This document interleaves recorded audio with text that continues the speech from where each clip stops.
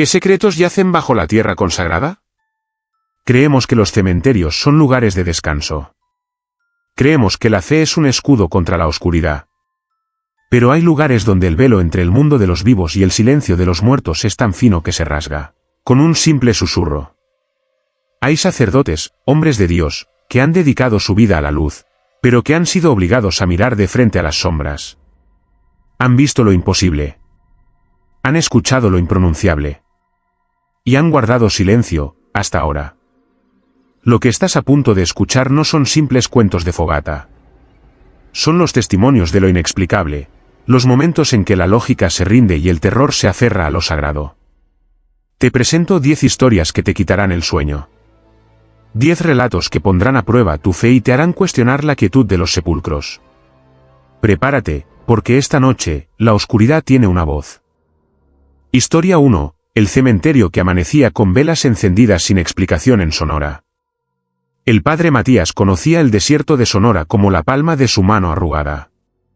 Había servido en la pequeña parroquia de San Miguel de Oposura durante 30 años, y en esos 30 años, había enterrado a 3 generaciones. El cementerio, un terreno polvoriento cercado por un muro de adobe desmoronado y coronado por cruces de mezquite, era su segundo hogar. Matías era un hombre de rutinas estrictas. La disciplina, decía, era la armadura del alma. Y su rutina más sagrada era la del anochecer.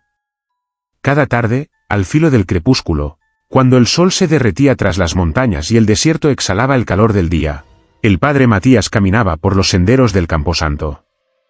Saludaba en voz baja a los residentes silenciosos, enderezaba una flor de plástico aquí, quitaba un poco de arena de una lápida allá.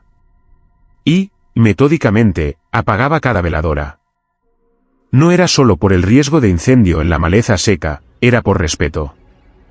La noche, creía él, pertenecía al silencio y a la memoria, no al fuego fatuo. Con sus dedos callosos, pellizcaba una mecha tras otra, sumiendo el cementerio en la oscuridad natural que solo la luna y las estrellas se atrevían a romper. La última siempre era la de la tumba de los sin nombre, cerca del muro trasero. Descansen, murmuraba, antes de cerrar y asegurar la pesada reja de hierro. Durante 30 años, el amanecer traía consigo la misma quietud oscura que él había dejado la noche anterior. Hasta ese martes de octubre.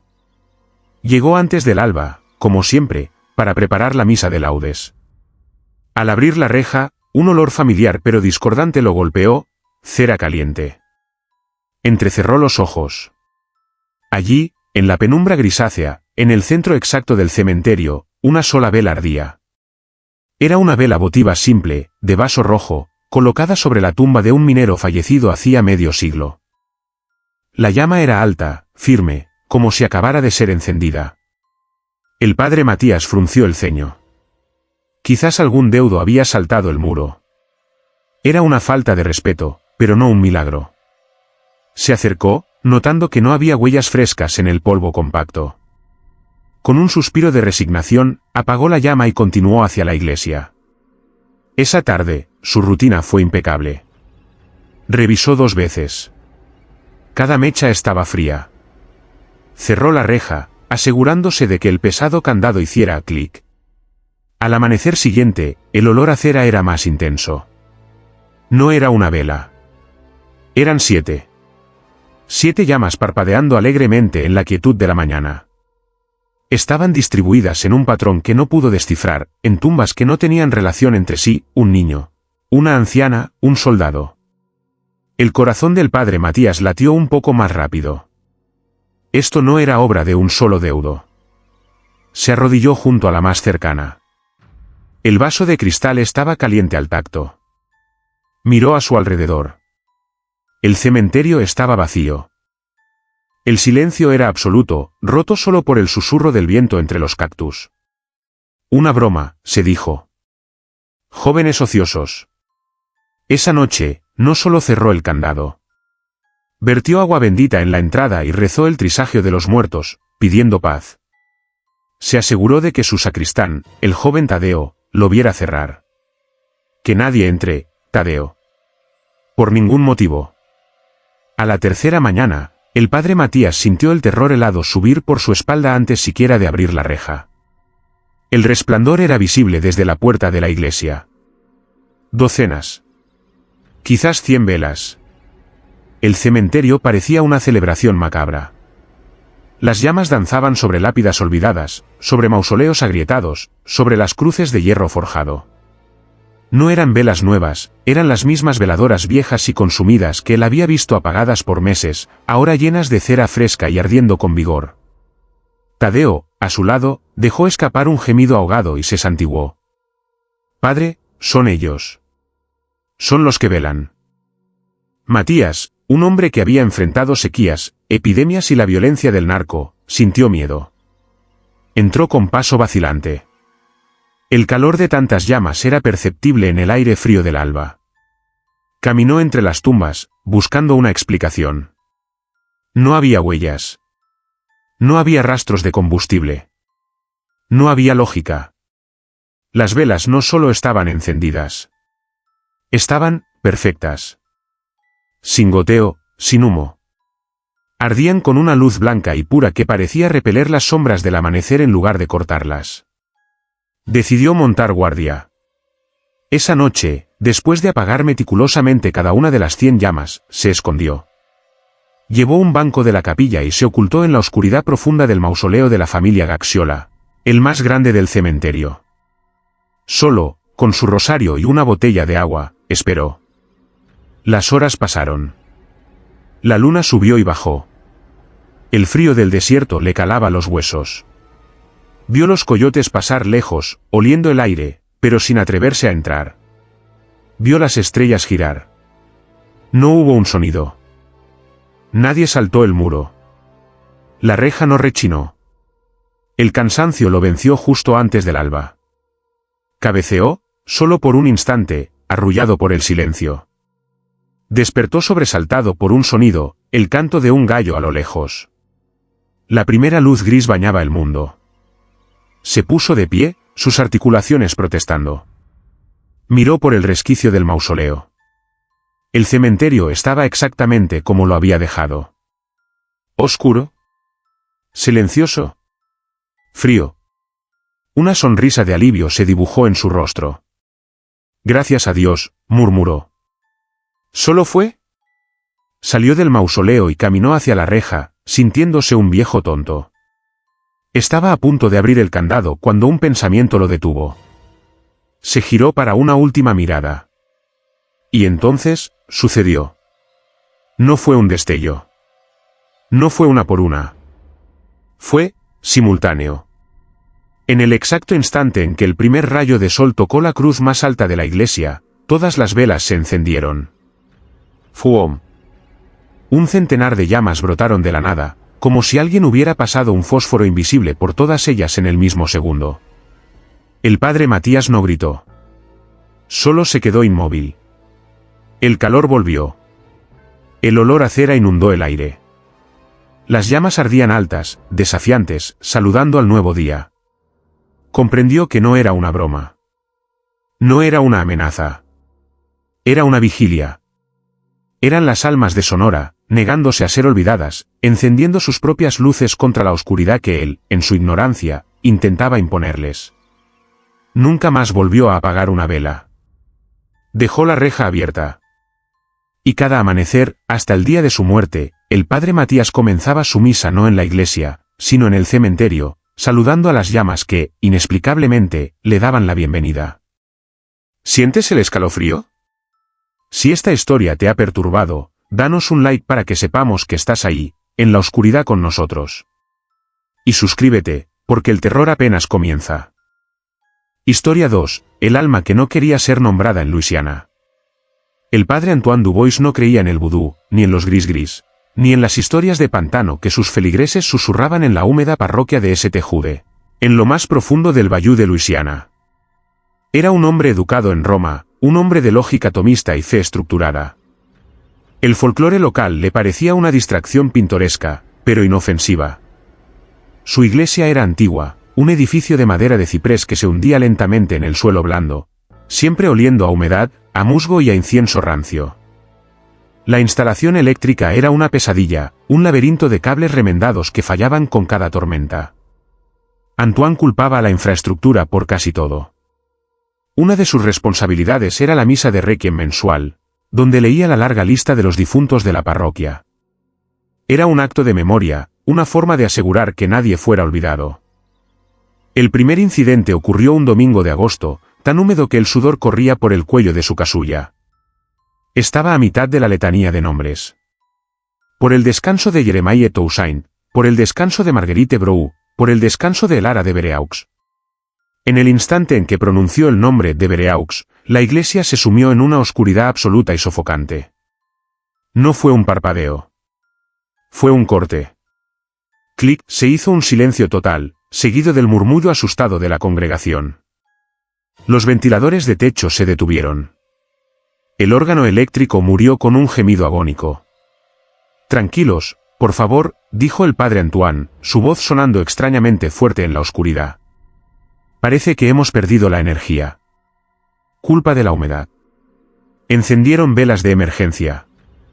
La misa terminó en una penumbra cerosa. Más tarde, el electricista no encontró nada. El interruptor principal saltó, padre. Como si hubiera recibido una sobrecarga masiva, pero no hay nada quemado. Antoine lo olvidó. Las cosas viejas fallan. Un mes después, la misa de requiem. El aire estaba más fresco, pero la lista era la misma. Por el descanso de Célestine Moreau, por el descanso de Lara de Bereaux. ¡Pum! Esta vez no fue un clic silencioso. Fue una explosión. Las 3 bombillas antiguas que colgaban sobre el altar estallaron simultáneamente, rociando el santuario con fragmentos de vidrio. La oscuridad fue instantánea y más pesada. Las luces de emergencia, las que funcionaban con batería, parpadearon erráticamente y se apagaron una por una, como si fueran sofocadas. La congregación no murmuró. Una mujer gritó.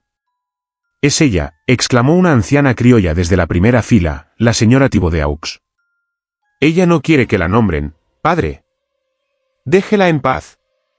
El padre Antoine, temblando ligeramente, encendió la vela del altar con un fósforo. Superstición, Madame Thibaudeaux. Es un cableado defectuoso. La misa ha terminado. Pero esa noche, no pudo dormir. El Lara de Bereaux. El nombre resonaba.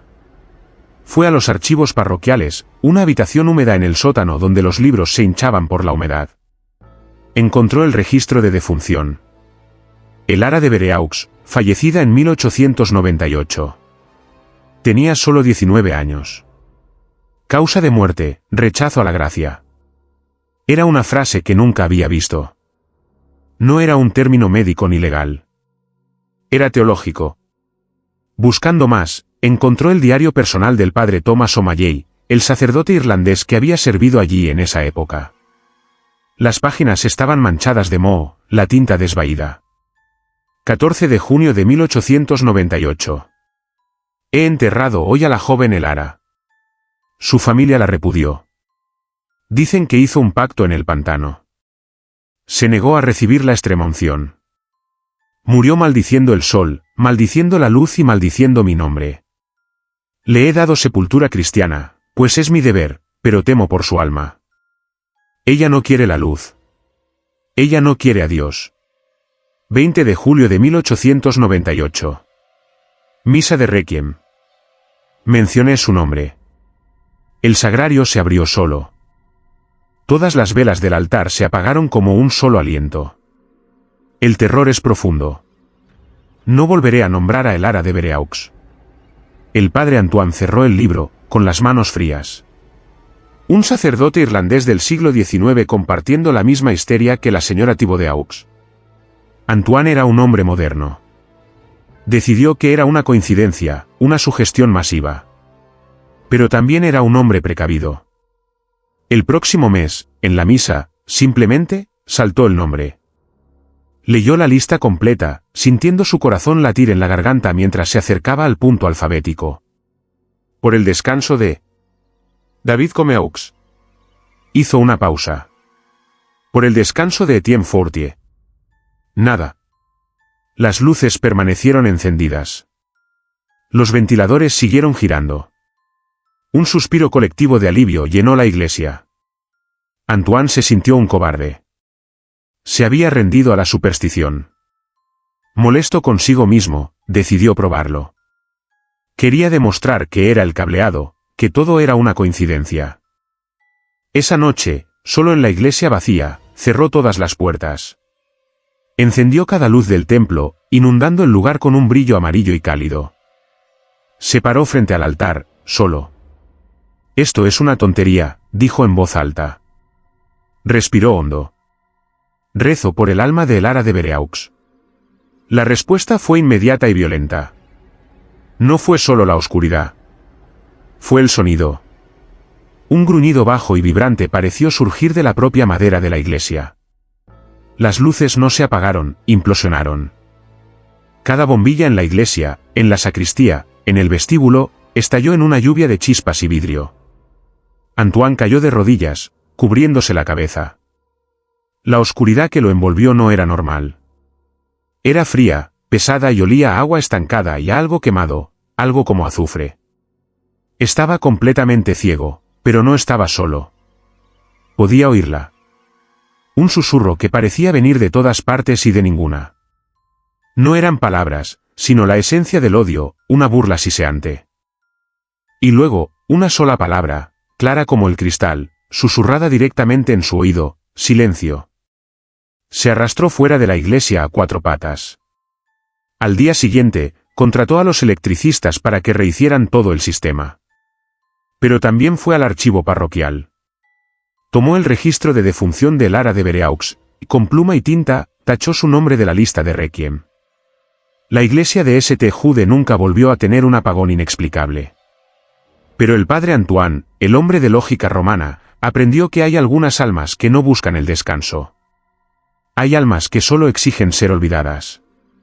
Y hay nombres que es mejor dejar en la oscuridad. Si la oscuridad te está atrapando, enciende la luz del botón de me gusta. Nos ayuda a mantener a raya a las sombras. Suscríbete si te atreves a escuchar lo que viene, porque la noche aún es joven. Historia 3. El cuerpo que volvió a sangrar después de 20 años en Valladolid. El padre Javier detestaba el olor a tierra mojada y metal. Ese día, en el antiguo cementerio de El Carmen en Valladolid, ambos olores eran abrumadores. La lluvia de noviembre, fina y persistente, convertía el cielo y la piedra en un solo manto gris. Frente a él, un equipo de hombres con monos de trabajo maniobraba una pequeña grúa sobre el panteón de la familia Balbuena. Javier no estaba allí por voluntad propia. Sostenía en su mano, protegida de la llovizna por una carpeta de plástico, una orden judicial. Seca. Fría. Implacable. La familia Balbuena estaba sumida en una disputa legal tan amarga como su fortuna era vasta. Había aparecido un supuesto heredero ilegítimo, reclamando una parte del imperio familiar. Para resolverlo, la justicia había ordenado lo impensable, la exhumación de don Augusto Balbuena, fallecido hacía exactamente 20 años. Se necesitaba una muestra de ADN. El sacerdote había protestado. 20 años. Era una profanación del descanso eterno. Pero la ley de los hombres había prevalecido sobre la ley de Dios. Acompañándolo estaban un abogado de rostro impasible, que miraba su reloj, y un médico forense, el doctor Salas, que parecía tan incómodo como el propio sacerdote. «Procedan», dijo el abogado, y el sonido de las cadenas chirriando al levantar la losa de mármol pareció un grito en el silencio del cementerio. La cripta quedó expuesta. Un tramo de escaleras húmedas descendía a la oscuridad. El aire que emergió era denso, un aliento frío que olía a tiempo estancado y a piedra sellada. «Yo debo bajar», dijo el padre Javier, más para sí mismo que para los demás. «Es mi deber asegurar que se mantenga el decoro».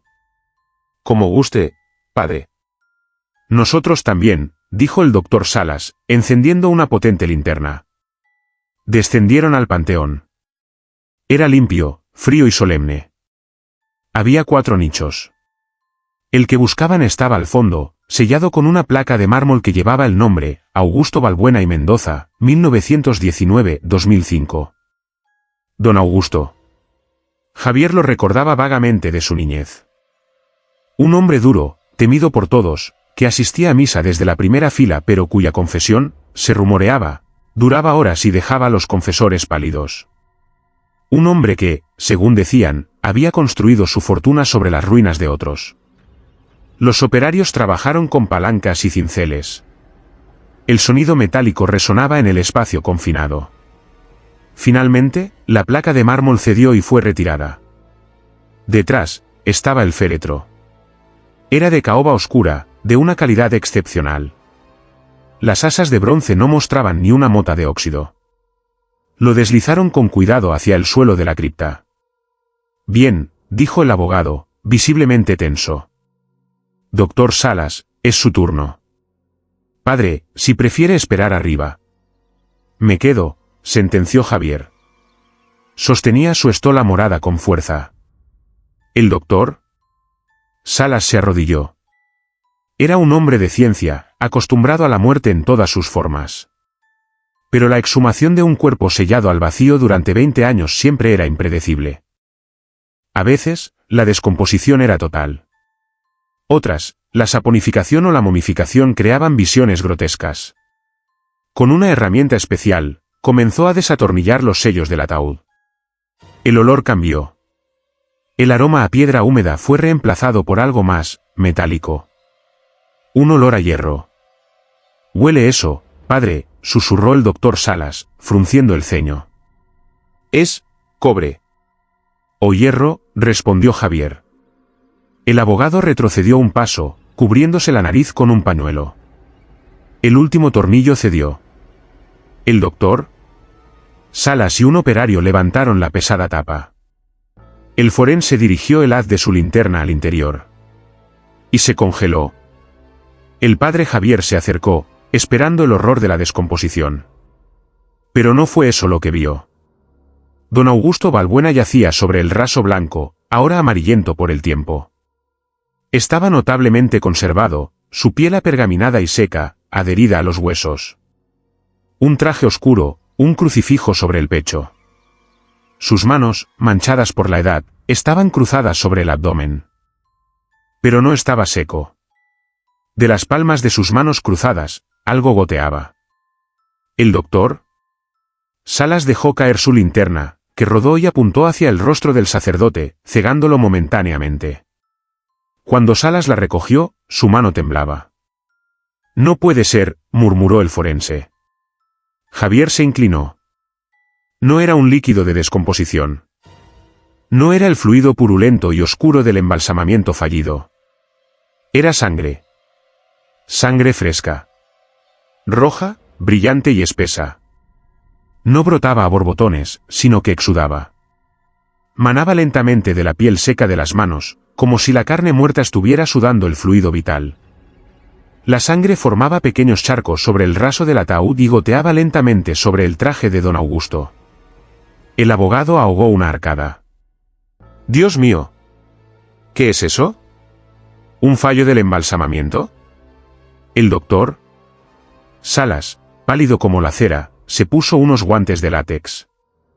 Con un terror clínico, extendió un dedo tembloroso y tocó el líquido. Acercó el guante a su linterna. «Es sangre», dijo, su voz apenas un susurro. «Pero, la coagulación es reciente. La hemoglobina está oxigenada. Esto es imposible. Este hombre lleva muerto 20 años. No hay presión arterial. No hay sistema circulatorio. No debería haber sangre líquida, y mucho menos, fresca». Mientras observaban, paralizados por el horror, una nueva gota carmesí brotó de la cutícula del pulgar derecho de don Augusto. Brilló bajo la luz de la linterna y rodó lentamente por el nudillo. El padre Javier no vio ciencia. Vio teología. Recordó las historias de los santos incorruptos, cuyos cuerpos desafiaban la putrefacción y a veces exudaban un aceite dulce, el maná de los santos. Pero aquello no olía a rosas. Olía a matadero. Olía a culpa.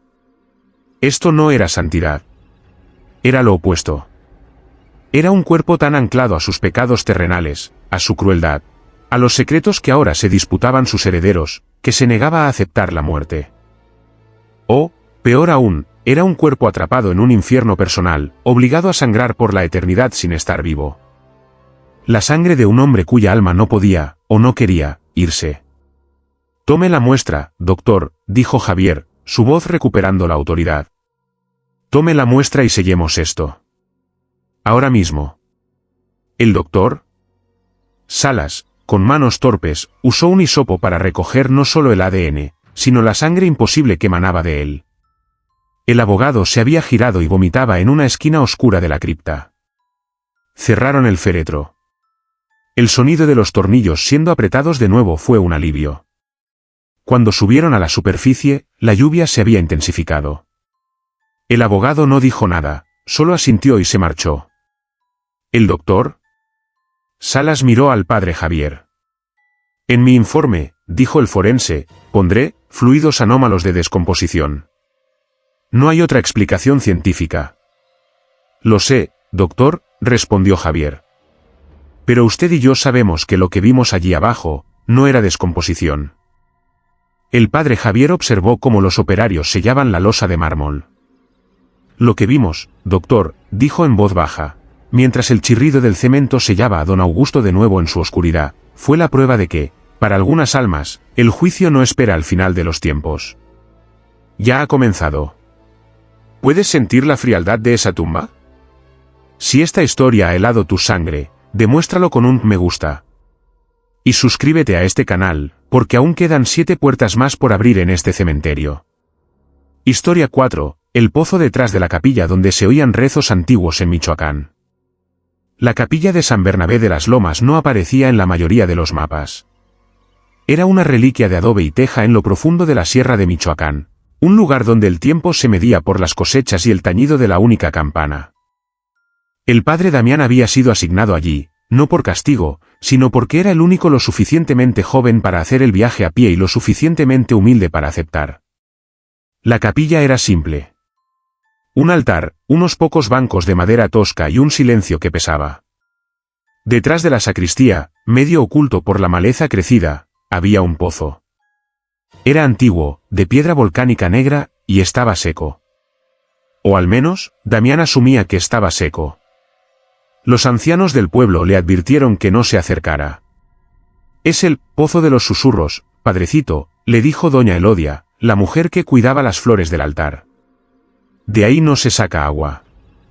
Se sacan penas. Damián, un hombre práctico, sonrió y lo atribuyó al folclore local. El primer mes transcurrió en una paz pastoral. Aprendió los nombres de las familias, bendijo el maíz y se acostumbró al aire fino de la montaña. Una noche, mientras preparaba el sermón del domingo bajo la luz de una lámpara de aceite, escuchó algo. Era un murmullo. Tan bajo que al principio pensó que era el viento en los pinos. Pero era rítmico. ¿Constante? Apagó la lámpara y agudizó el oído en la oscuridad. El sonido venía de afuera, de la parte trasera de la capilla. Con el corazón latiéndole con fuerza, abrió la puerta de la sacristía. La luna llena bañaba el pequeño patio trasero, iluminando el brocal oscuro del pozo. El sonido era innegable ahora. Era una voz. O más bien, muchas voces, hablando al unísono. Y estaban, rezando. El padre Damián se acercó con cautela. No eran rezos en español. Reconoció la cadencia. Era latín. El latín antiguo de la misa tridentina, el que apenas se usaba ya. Kyrie eleison. Christe eleison. El sonido no venía de alrededor del pozo. Venía de adentro. Se asomó al brocal. El pozo era profundo. La luz de la luna apenas penetraba unos metros, revelando paredes de piedra húmeda que descendían a una oscuridad total.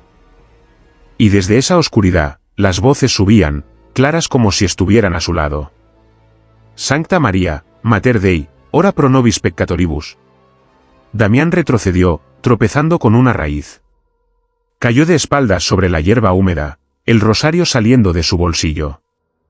Las voces no se detuvieron. No reaccionaron a su presencia. Simplemente continuaron su letanía interminable. Corrió a su pequeña habitación y cerró la puerta con llave. Pasó la noche en vela, escuchando el eco distante de la liturgia imposible. A la mañana siguiente, exhausto, le preguntó a doña Elodia. La anciana ni siquiera levantó la vista mientras limpiaba los candelabros. Son los otros, padre. Los que vinieron antes. ¿Qué otros? ¿Qué sacerdotes? Preguntó Damián. Antes de la capilla. Antes del pueblo. Cuando esto era solo sierra. Los primeros misioneros. Vinieron a traer la palabra, pero la sierra se los comió.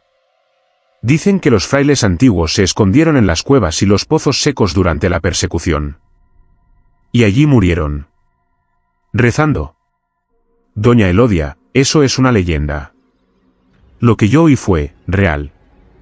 Claro que es real, padrecito, dijo ella, finalmente mirándolo. Creyeron que bajo tierra estarían más cerca de Dios, o quizás más lejos de sus asesinos. Pero se quedaron atrapados. Y ahora rezan. Rezan para que alguien termine la misa que ellos no pudieron. Esa noche, el padre Damián volvió al pozo. Llevaba su estola y su libro de rituales. El miedo le crispaba el estómago, pero su deber era más fuerte. Las voces comenzaron puntualmente con el crepúsculo. Agnus Dei, qui tollis peccata mundi. Cordero de Dios, que quitas el pecado del mundo. Damián se arrodilló al borde del pozo. El aire que subía era frío y olía a tierra antigua y a ozono. Hermanos, dijo, su voz temblando. Soy el padre Damián. Escucho sus oraciones. La persecución ha terminado. Están a salvo. Pueden descansar. La respuesta fue inmediata. El rezo se detuvo. Un silencio profundo y pesado cayó sobre el patio. Damián contuvo la respiración. Funcionó, pensó. Y entonces, una sola voz emergió de la oscuridad. No era un canto. Era un grito desesperado, en un latín quejumbroso y desgarrador. Miserere nobis. Ten piedad de nosotros. Fue tan fuerte, tan lleno de angustia, que Damián fue lanzado hacia atrás como por una fuerza física. El grito fue seguido por un coro de lamentos que no sonaban humanos. Eran ecos de dolor, ecos de un miedo primordial. Damián comprendió su error. Doña Elodia estaba equivocada. No estaban rezando para terminar la misa. Estaban rezando porque no podían dejar de rezar. Era su penitencia, o su maldición. Aterrado, el sacerdote comenzó a rociar agua bendita en la oscuridad del pozo. «Exorcizamus te, amnis immundus spiritus», gritó, recitando el ritual de exorcismo. Cada gota que caía al pozo era recibida con un siseo, como agua sobre hierro al rojo vivo. Las voces latinas se convirtieron en un rugido cacofónico, una tormenta de blasfemias y súplicas mezcladas. Y entonces, algo más subió del pozo. No fue una aparición. Fue el olor. Un hedor insoportable a incienso podrido y a carne quemada. Y con él, una ráfaga de viento helado salió disparada del brocal, apagando las luces de la capilla y sumiendo todo en la oscuridad lunar. El padre Damián huyó. Corrió al pueblo, irrumpió en la casa de doña Elodia y pasó la noche rezando el rosario en su cocina, temblando como un niño. A la mañana siguiente, varios hombres del pueblo lo acompañaron. «Hay que sellarlo», dijo Damián, con la cara desencajada por el insomnio. Trajeron cemento y una pesada losa de piedra. Mientras trabajaban bajo el sol de la mañana, Damián podía oírlos. Débiles, distantes, pero presentes. Las voces en latín, susurrando desde debajo de la tierra, continuando su oración sin fin. Sellaron el pozo. Pusieron la losa encima y Damián la bendijo, trazando la señal de la cruz en el cemento fresco. Esa noche, hubo silencio. Y la noche siguiente. El padre Damián se quedó en San Bernabé de las Lomas durante 10 años más. Nunca volvió a escuchar los rezos. Pero cada vez que pasaba por el patio trasero, podía sentirlo. Una vibración bajo sus pies. Un eco sordo, atrapado bajo la piedra, que seguía repitiendo la misma cadencia antigua. Y supo que no los había liberado. Simplemente les había quitado la última esperanza de ser escuchados. Historia 5. el monaguillo que seguía ayudando en misa después de muerto en Texas. La misión de San Lorenzo, en el polvo de un rincón olvidado de Texas, era el dominio del padre Miguel. Un hombre envejecido por el sol y la soledad, cuya parroquia era un puñado de almas repartidas en kilómetros de matorrales. Su única alegría, su único verdadero compañero en el servicio, había sido Mateo. Mateo era un niño de 10 años con ojos viejos y una devoción que avergonzaba a los adultos. Era el monaguillo. No un monaguillo, sino el monaguillo. Llegaba antes que el sol, sabía el latín de las respuestas mejor que el propio padre Miguel, y servía en el altar con una solemnidad que rayaba en lo sagrado. Hace un año, una camioneta en la carretera 90 se saltó un cruce. Mateo, que iba en bicicleta a la iglesia para la misa de la mañana, no tuvo ninguna oportunidad. El padre Miguel ofició el funeral. Sintió que enterraba una parte de su propia alma en ese cementerio polvoriento detrás de la misión. Los meses que siguieron fueron los más solitarios de la vida del sacerdote. La misa de 6 de la mañana, que antes compartía con la energía silenciosa del niño, ahora era un diálogo vacío en una iglesia fría. Tenía otros monaguillos, por supuesto, pero venían de mala gana, bostezando y olvidando sus líneas. El primer indicio fue sutil. Ocurrió un martes de invierno, 6 meses después de la muerte de Mateo. El padre Miguel estaba en la sacristía, luchando con los botones de su amito. La iglesia estaba oscura y vacía. Oyó el suave clic de la puerta de la sacristía que daba al presbiterio. «Señora González», preguntó, pensando que era la sacristana. No hubo respuesta. Frunciendo el ceño, salió al altar. No había nadie. La iglesia estaba en silencio. Pero, el misal, el pesado libro rojo, ya estaba sobre el atril, abierto en la página correcta para la misa votiva de ese día. Miguel se quedó quieto. Él no lo había hecho. La señora González no había llegado. Esa tarde, le agradeció a la sacristana por su diligencia. La mujer lo miró confundida. «Padre, no pude ir esta mañana. Mi esposo se sentía mal. Llegué justo a las 7 para las flores». El sacerdote no dijo nada. Lo atribuyó a su propia mente cansada. Pero luego vinieron los pasos. El suelo del presbiterio era de madera de pino antigua. Cada tabla tenía su propia voz, y el padre Miguel conocía la sinfonía de la iglesia vacía. Conocía el andar pesado del diácono visitante y el arrastrar de pies de la señora González. Y conocía el andar de Mateo. El niño tenía una forma particular de caminar. Su zapato izquierdo de la escuela tenía la suela ligeramente despegada, lo que producía un sonido distintivo sobre la madera, un rasquido clic. Un sonido rápido, casi impaciente. Rasquido clic, rasquido clic. Una mañana, mientras se revestía, lo oyó. Rasquido clic, rasquido clic. Viniendo del altar. El corazón del padre Miguel se detuvo.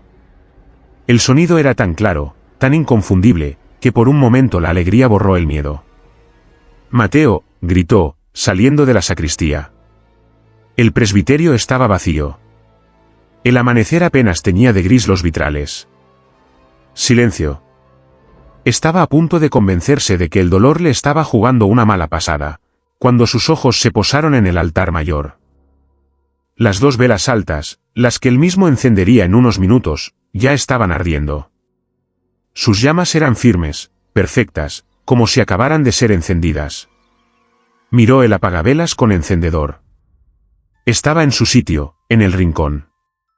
Se acercó y tocó la campana de metal. Estaba tibia.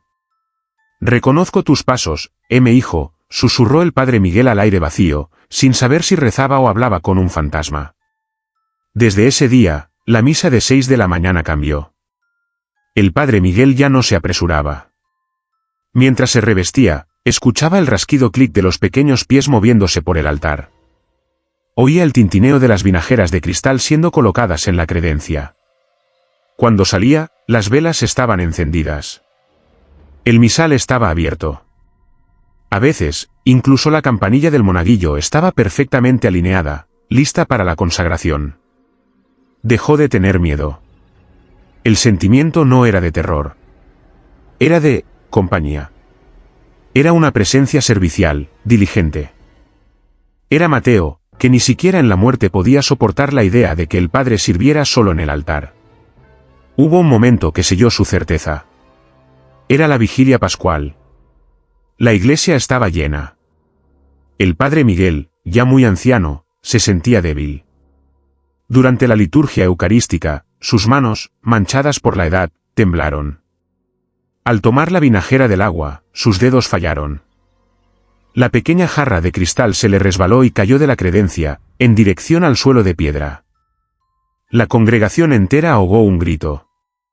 El Padre Miguel se inclinó, demasiado lento, sabiendo que se rompería. Pero no se rompió. La vinajera se detuvo. Simplemente. Se quedó suspendida en el aire, a medio metro del suelo, por un segundo que pareció una eternidad. Luego, suavemente, como levantada por una mano invisible y cuidadosa, se elevó y se posó de nuevo sobre la mesa. Un silencio sobrenatural cayó sobre la iglesia. Los que estaban en la primera fila se santiguaron, con los ojos desorbitados. El Padre Miguel miró el lugar donde la vinajera había sido salvada. No miró al cielo. Miró al suelo, a la altura de un niño de 10 años. Respiró hondo, su voz temblando, pero no de miedo. «Gracias, Mateo», susurró. «Buenas manos». Y desde el aire vacío a su derecha, tan claro como la campana que estaba a punto de sonar, oyó una risita infantil y el familiar rasquido clic mientras los pasos se alejaban. ¿Sientes esa presencia a tu lado? Si esta historia te ha tocado el alma, danos un like para que sepamos que estás con nosotros. Y suscríbete, porque el terror no siempre grita, a veces, simplemente te ayuda en la misa. Historia 6, la tumba que se movía cada vez que el sacerdote oraba en Aguascalientes. El cementerio de Los Ángeles en Aguascalientes es un laberinto de historia. Sus túneles subterráneos y sus mausoleos apiñados crean una ciudad de los muertos tan densa como la de los vivos. El padre Benito fue asignado a la parroquia contigua, y con ella, heredó la sombría tarea de recorrer el cementerio al atardecer, rezando el rosario por las almas del purgatorio. Benito era un hombre metódico, de fe pragmática. No creía en los aspavientos. Creía en la oración, en la rutina y en la piedra. Su ruta era siempre la misma. Salía de la sacristía, entraba por la puerta de hierro del oeste y caminaba por el sendero principal, serpenteando entre los ángeles de mármol y las lápidas de cantera rosa. El primer mes, no notó nada fuera de lo común, salvo la opresiva tristeza del lugar. Pero al comenzar el segundo mes, una extraña sensación comenzó a perturbarlo. Había una sección, la más antigua del cementerio, donde las lápidas estaban casi borradas por el tiempo. Eran simples losas de piedra, planas contra el suelo. Cada vez que el padre Benito pasaba por una lápida en particular, una piedra sin nombre, apenas una cicatriz en la tierra, sentía algo. Era un temblor. No era un terremoto. Aguascalientes los tenía, pero esto era diferente. Era localizado. Era una vibración leve, que subía por las suelas de sus zapatos y le hacía cosquillas en los tobillos. Al principio, lo ignoró. Asentamientos, se dijo. Los túneles. Pero la cosa se volvió consistente. Ocurría solo en un momento preciso, cuando sus dedos pasaban a la cuenta del Pater Noster del tercer misterio. Justo cuando sus labios murmuraban, «Padre nuestro, que estás en el cielo». Y solo sobre esa tumba. Un día, decidió probar algo. Se detuvo. El cementerio estaba en silencio, bañado por la luz naranja del atardecer. Se paró con ambos pies firmemente sobre la losa sin nombre. Rezaba en silencio. Nada. Esperó un minuto. Nada. Entonces, carraspeó y dijo en voz alta, «Padre nuestro, que estás en el cielo». VMMMM. El suelo bajo sus pies no tembló, vibró. Como un teléfono móvil gigante enterrado. Los guijarros sueltos alrededor de la losa saltaron. Fue tan repentino que Benito dio un salto hacia atrás, casi soltando su rosario. Miró la piedra. Era gris, anónima. ¿Qué demonios?, murmuró. Volvió a pisar la piedra, esta vez con cautela. «Santificado sea tu nombre». El temblor volvió, más fuerte. Tuk-tuk. Era rítmico. Como si alguien, o algo, estuviera golpeando la piedra desde abajo. Ave María Purísima, exclamó, retrocediendo. El temblor se detuvo en el instante en que dejó de rezar. El padre Benito no era un cobarde. Era un hombre curioso. Pasó la noche en los archivos parroquiales, buscando los mapas antiguos del cementerio. Le costó horas, pero la encontró. La sección antigua, parcela 14G. No había nombre. Solo una anotación, en tinta desvaída de 1780, aquí yace la inconfesa. Investigó más. La inconfesa no era un nombre, era un estigma. Pertenecía a una mujer llamada Elvira. Había sido acusada de brujería durante un brote de cólera. Se negó a confesarse, se negó a arrepentirse y se negó a tomar la comunión antes de ser ejecutada. Murió maldiciendo al sacerdote que intentaba darle la extremaunción. El obispo de la época había sido misericordioso, o quizás temeroso. No la quemó. Permitió que fuera enterrada, pero con una condición, en el límite exacto del camposanto, técnicamente en suelo consagrado, pero sin rito, sin cruz y sin nombre. El padre Benito sintió un frío que no era del atardecer. Volvió al cementerio al día siguiente. Se paró a una distancia segura de la tumba. Elvira, dijo, su voz resonando en el silencio. No hubo respuesta. Comenzó a rezar el De Profundis, el salmo de las profundidades, la oración por los muertos. Desde lo profundo, a ti clamo, oh Señor. El suelo no tembló. Se agitó. La tierra alrededor de la losa pareció hincharse y respirar. La losa de piedra se movió visiblemente, raspando contra la tierra seca. Tup. Tup. Tup. Benito comprendió con un horror helado. No era una respuesta de gratitud. No era un alma pidiendo plegarias. Era ira. El suelo no temblaba como si alguien respondiera. Temblaba porque alguien respondía. Elvira, la inconfesa, estaba tan llena de odio, tan anclada a su rechazo, que el sonido de la oración, el poder de las palabras sagradas, era un tormento físico para ella. La tierra consagrada la retenía, y sus oraciones eran como sal en su herida espiritual. Señor, escucha mi voz, continuó, su voz ahora temblando, no de miedo, sino de autoridad. Estén tus oídos atentos a la voz de mi súplica. Crack. Un hedor a azufre y a ropa mojada y podrida surgió de la tierra. La losa se levantó en un ángulo de 40 grados, como la tapa de una caja siendo abierta por una fuerza inmensa desde abajo. La tierra negra y húmeda se revolvió. Benito no huyó. Sostuvo su crucifijo en alto. Requiem aeternam dona ei, domine, gritó. Dale el descanso eterno, Señor. Desde la oscuridad bajo la piedra, no salió una voz. Salió un siseo. Un sonido de odio puro, como el de 1000 serpientes, que pareció decir, no, tú, luz. La piedra cayó de golpe, levantando una nube de polvo. El silencio que siguió fue más aterrador que el temblor. El padre Benito terminó su rosario. Pero nunca más volvió a caminar por esa sección. Hizo que colocaran una pequeña valla de hierro alrededor de esa área, bajo el pretexto del terreno inestable. Sabía que la tierra era inestable. Pero no era por los túneles. Era porque, bajo esa losa anónima en Aguascalientes, algo estaba escuchando. Y odiaba lo que oía. ¿Sientes esa vibración bajo tus pies? Si estas historias te están inquietando, presiona me gusta. Y suscríbete, porque aún quedan tumbas por visitar y ecos por descifrar. Historia 7, o rezo que se repetía desde a Torre do Campanario en Burgos. O padre Alonso Nao gostaba da torre. A Catedral de Burgos era uma obra prima de pedra, monumento a fe que perfuraba o ceo espanol. Mas o campanario sul, o máis antigo, parecíal, doente. Era uma estrutura gótica estreita, escura, e o ar lá dentro era sempre máis frío. Raramente subía, os sinos eran automáticos.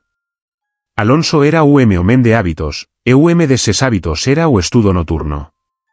Na solidao da casa paroquial, lía os padres da igreja, preparando os seus sermoes até tarde.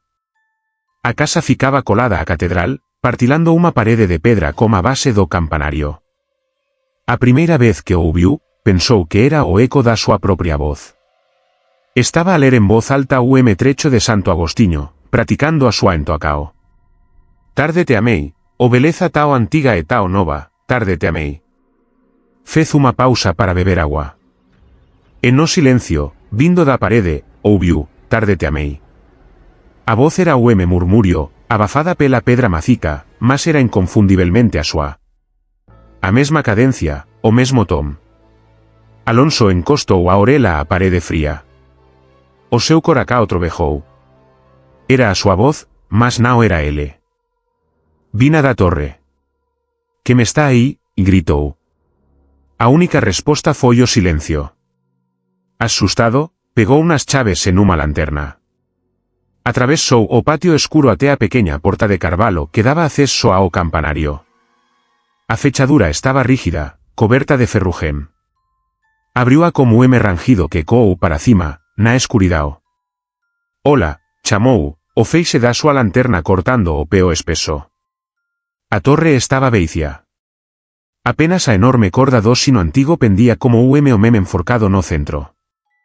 O cheiro era de excrementos de pásaros e pedra húmida. Non había ninguén.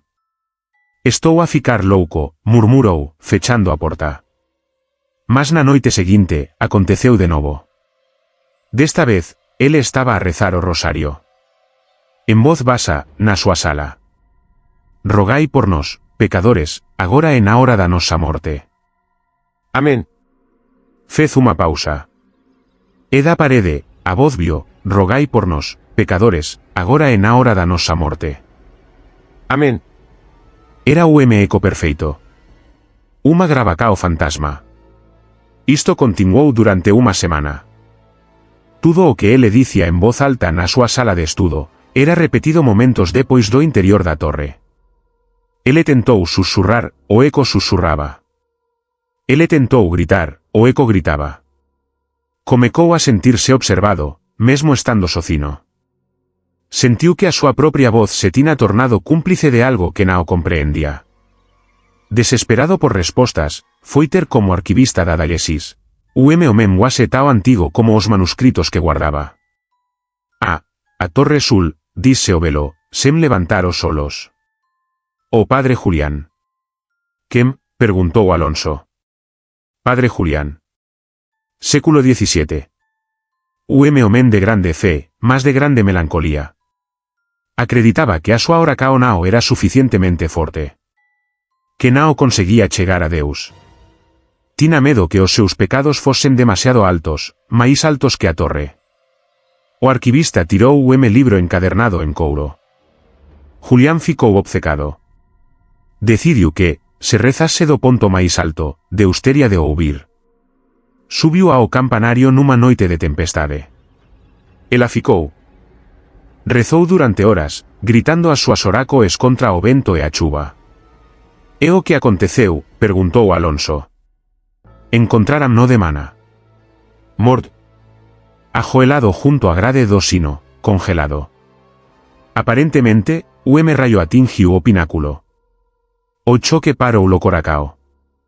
O arquivista fez unha pausa. Dicen que a torre guardou as súas últimas oracoes. Que ficou tao desesperado por ser ouvido que a propia pedra absorbeu a súa voz.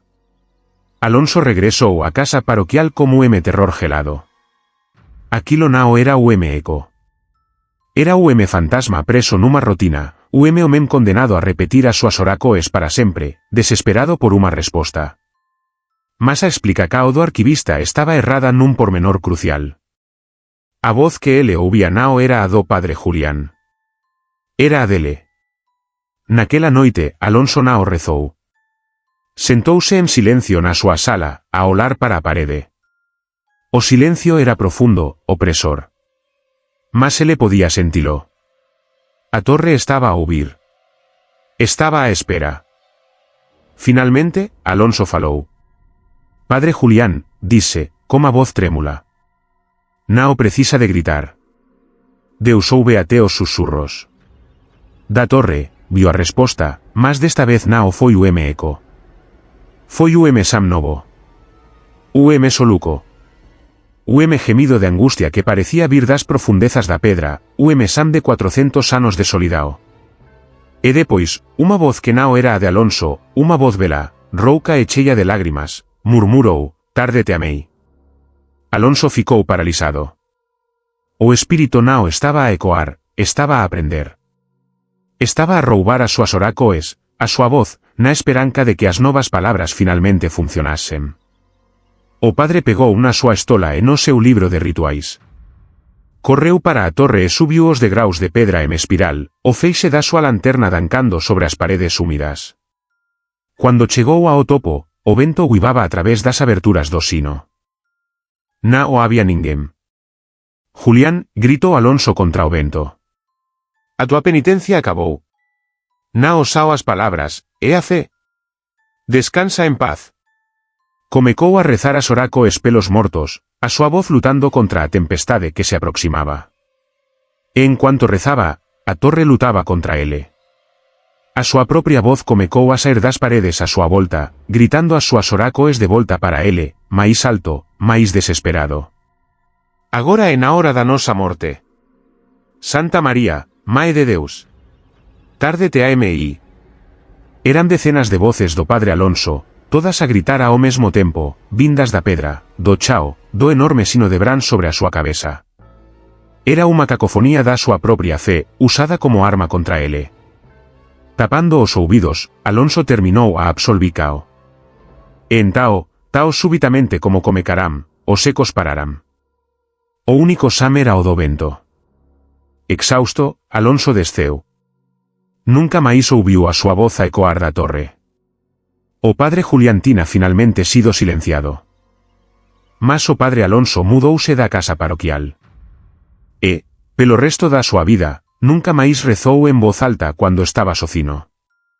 Tina medo de que, no silencio, algunha parede faminta estivese a ouvir, a espera de roubar as súas palabras.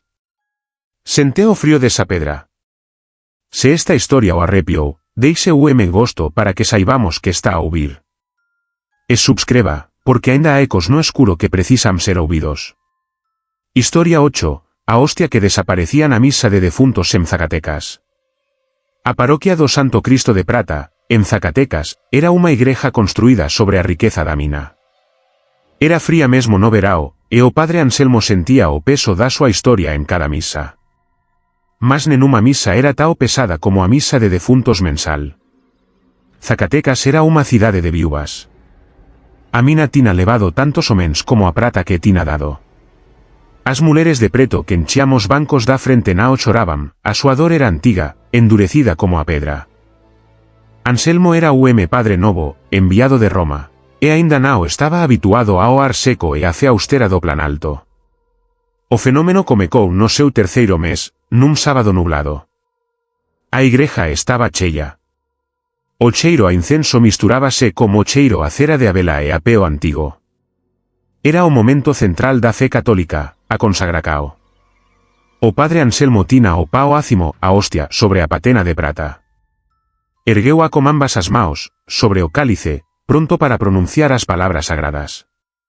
Tomai e comei todos vos, porque isto é o meu corpo.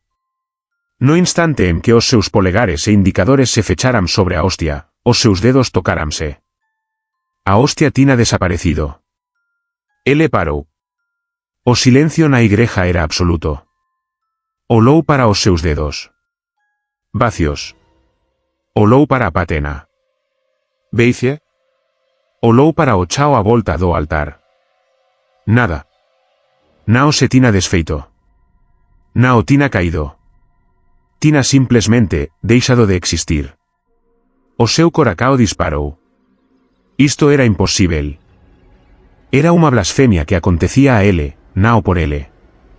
Aterrorizado, mas mantendo a compostura, Anselmo saltou as palabras da consagracao do pao e pasou directamente ao vino, completando a misa como sentimento de pavor nauseante. Ninguén pareceu notar. Ele pensou que tal vez tivese sido unha distracao. Tal vez a hostia nunca tivese estado lá. Tal vez o sacristao, o velo Ramiro, se tivese esquecido. Ramiro, Tina a certeza de que tina posto a hostia na patena? Perguntou ele depois. Ramiro, ofendido, respondeu, padre, há 40 anos que preparo este altar. A hostia estaba lá. E hubia cando o senhor a pegou. No mes seguinte, a misa de defuntos. O padre Anselmo certificouse. Ele propio colocou a hostia na patena. Uma hostia grande, espesa. Segurou-a firmemente. Tomai e comei todos vos. No momento exacto en que a vencao debería transformala, ela desapareceu. Paz. Como o fumo de uma vela. A sensacao foi a desegurar uma bola de sabao que rebenta. O momento estaba sólida, no outro, nada. O pánico apoderouse dele. Desta vez, o sue frío brotou na testa. Ele sabía que estaba lá. Ele sentiu-a. Voltou a saltar a consagracao do pao.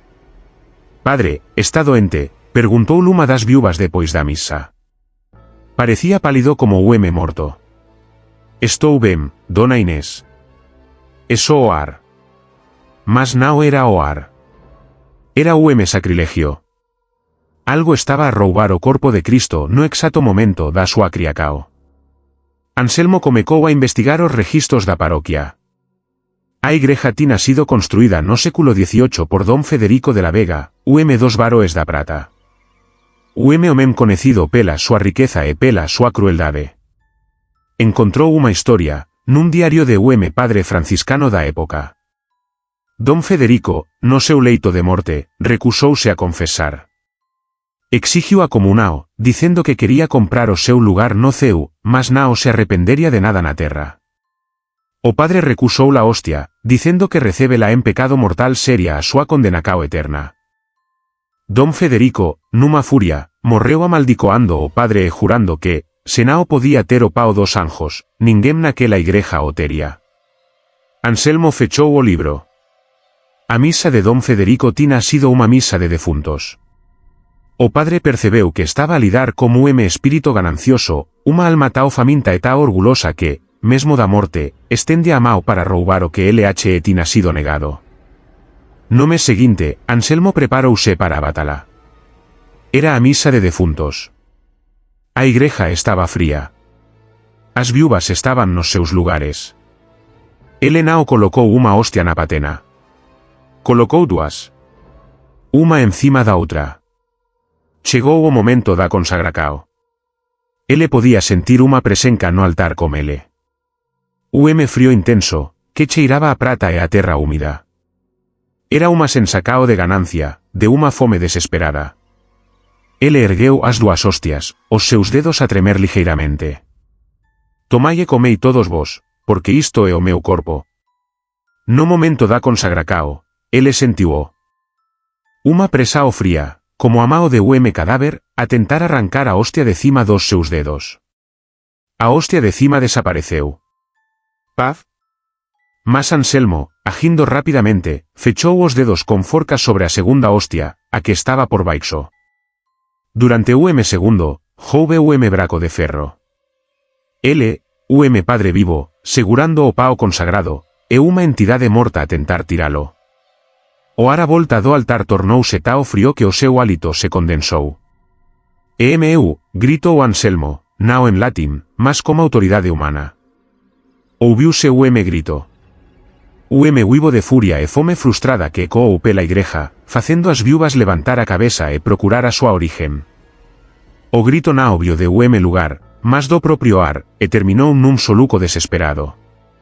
A presao desapareceu. Nas súas maos, a segunda hostia permanecía. Sólida. Real. Consagrada. O padre Anselmo, a tremer da cabeza aos pés, más vitorioso, elevou a hostia para a adoracao da congregacao. Nunca máis unha hostia desapareceu do altar do Santo Cristo de Prata.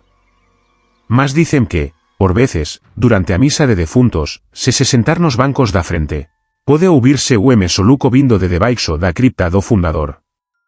O san de o eternamente faminto. Sente esa fome espiritual? Se estas historias estaba a satisfacer a súa sede de terror, clique en gosto.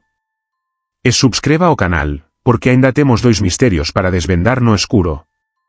Historia 9, el retrato que cambiaba de expresión en un nicho de Nuevo México. La misión de San Jerónimo en Taos era más adobe que piedra, un bulto de tierra marrón y fe que se aferraba al borde del desierto de Nuevo México. El padre Esteban había sido asignado allí hacía un año, y el calor seco, el viento incesante y la opresiva soledad estaban desgastando su espíritu. Parte de su deber vespertino era un paseo por el camposanto amurallado. No era un cementerio de césped, sino de arena y cruces de madera. En el muro interior, construido a la sombra de la iglesia, se encontraba el columbario, una serie de nichos que albergaban los recuerdos y las cenizas de las familias más antiguas. Esteban rezaba el rosario mientras caminaba, el sol poniente tiñendo el adobe de un rojo sanguíneo. Siempre se sentía observado, pero no por Dios. Se sentía observado por ella. Doña Elvira de Villalobos. Su nicho era el más grande, cubierto por un grueso cristal y enmarcado en plata deslucida. No contenía una urna, sino un retrato, un daguerrotipo de 1870.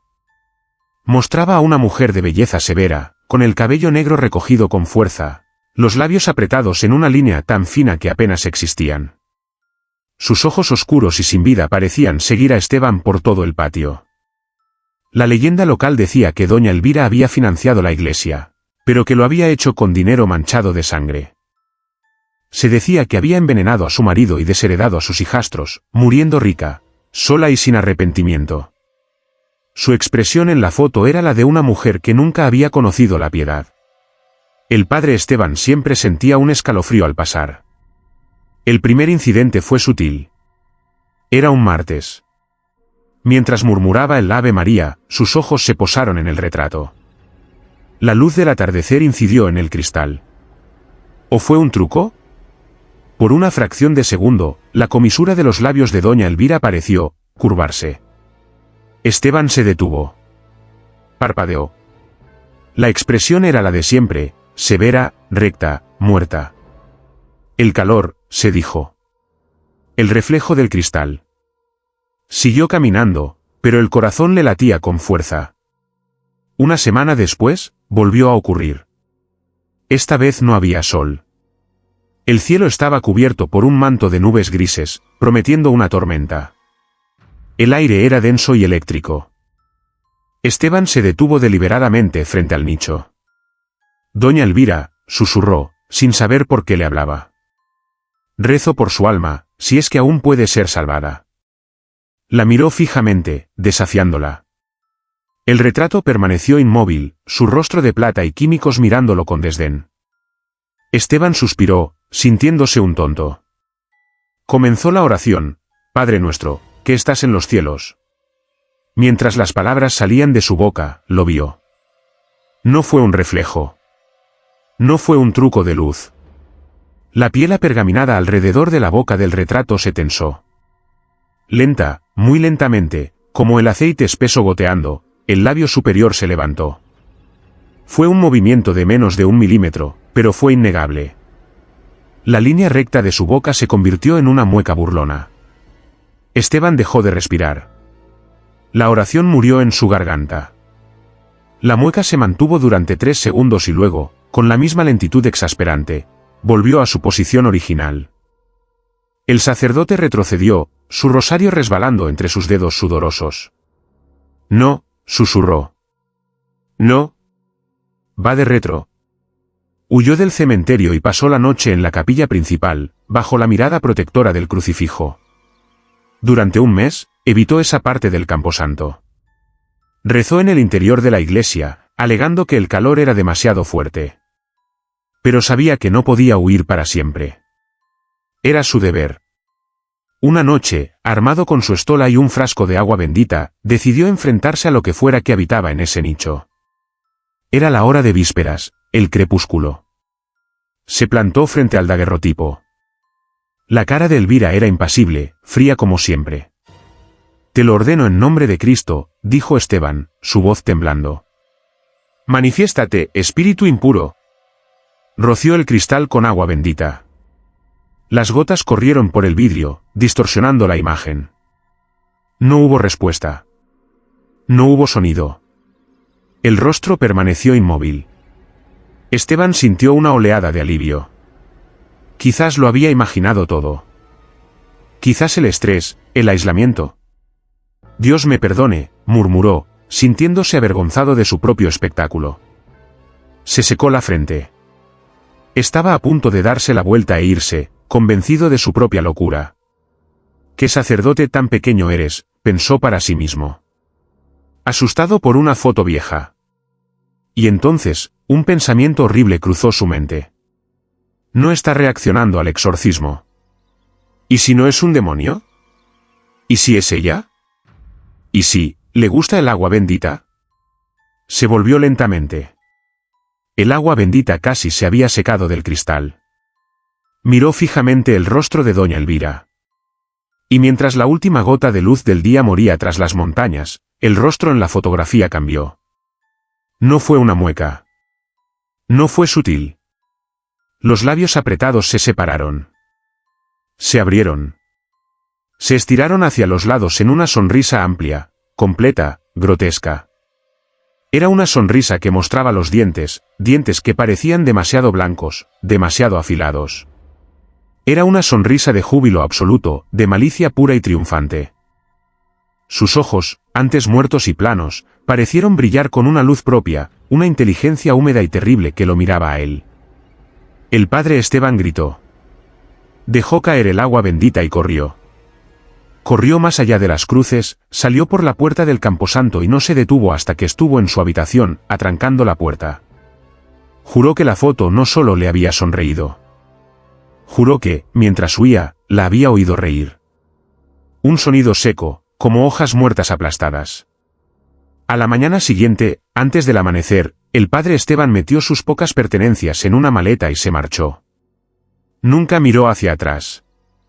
El nicho de doña Elvira de Villalobos sigue allí. Y los lugareños dicen que, si te acercas al atardecer, tienes que tener cuidado. Porque si te ve rezar, es posible que te sonría.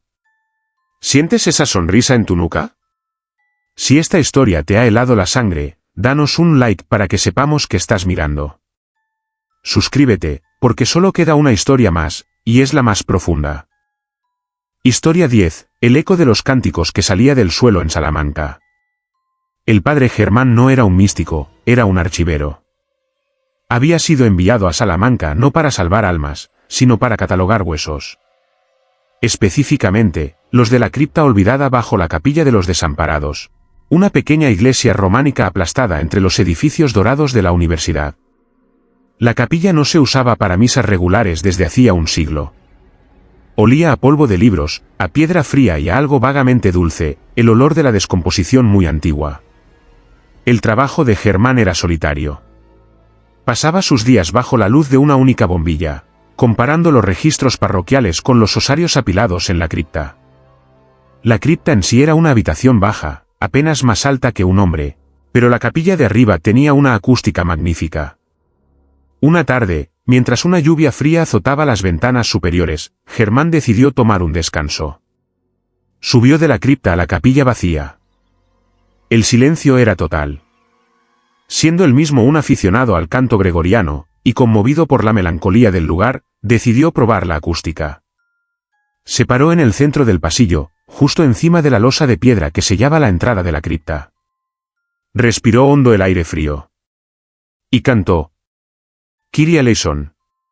Señor, ten piedad. Su voz de barítono se elevó, clara y fuerte, y rebotó en el ábside de piedra. El eco fue glorioso, rico y duró varios segundos. Sonrió.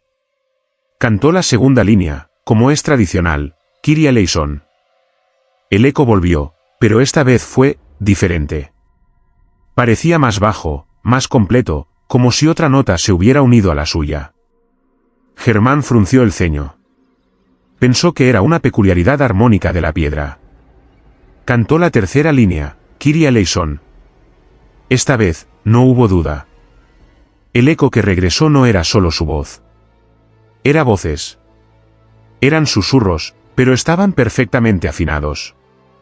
100, quizás 1000 voces secas, como el susurro de la arena, cantando la misma nota que él. Y el sonido no venía de las paredes ni del techo. venía de la piedra bajo sus pies. El padre Germán se quedó helado. El vello de sus brazos se erizó. El silencio volvió a caer, más pesado que antes. «Hola», dijo. Su voz sonó débil. No hubo respuesta. Se lamió los labios secos. Esto era imposible. Eran ratas, o el viento en la cripta. Pero sabía que la cripta estaba sellada. Decidió probar de nuevo. Esta vez, la siguiente parte del canto. Christe eleison. Cristo, ten piedad. El sonido de su voz apenas había muerto cuando la respuesta surgió del suelo. Christe eleison. No fue un susurro. Fue un coro. Un coro vasto, desesperado y fantasmal que surgió de las profundidades. No era un eco, era una respuesta. Sonaba como una multitud enorme, cantando al unísono desde el otro lado de un velo. Las voces eran secas, polvorientas, pero la melodía era impecable. Estaban cantando con él. El padre Germán retrocedió de un salto, tropezando con un banco. Aterrado, miró la losa del suelo. Sabía lo que había debajo. No eran solo los huesos que estaba catalogando. La capilla había sido construida sobre una fosa común de la peste del siglo XIV. Miles de cuerpos arrojados juntos, sin ritos, sin misas. No eran ecos. Eran ellos. Eran las almas olvidadas, las que habían muerto sin la última oración, atrapadas en la tierra. El terror de Germán luchó contra su compasión sacerdotal. No estaban tratando de asustarlo. Estaban rezando. Habían escuchado el canto litúrgico, quizás por primera vez en 600 años, y estaban respondiendo. Estaban uniéndose a la única misa que habían encontrado. Temblaba, pero se puso de pie. Caminó de regreso al centro, parándose de nuevo sobre la fosa. Respiró hondo, su voz casi quebrándose por el miedo y la piedad. Y cantó. Kyrie eleison. La respuesta del suelo fue inmediata, más fuerte, casi alegre en su desesperación. Kyrie eleison. El padre Germán, el archivero, el hombre de lógica, se quedó allí, en la capilla vacía y fría de Salamanca. Y durante la siguiente media hora, solo, con lágrimas corriendo por su rostro, cantó la misa de los muertos completa. Cantó el Sanctus. Y el coro de polvo bajo sus pies cantó con él. Cantó el Agnus Dei. Y las voces de los apestados respondieron, suplicando. Cuando terminó con el Requiescant in pace, descansen en paz, esperó con el aliento contenido. Desde el suelo, un suspiro colectivo se elevó, como el viento saliendo de una cueva. Y luego, un susurro final, claro y unificado, amén. Después, silencio. El padre Germán se quedó allí hasta el amanecer. Intentó cantar el Kyrie de nuevo. Solo su propia voz le devolvió el eco. Selló la cripta al día siguiente. No terminó de catalogar los huesos.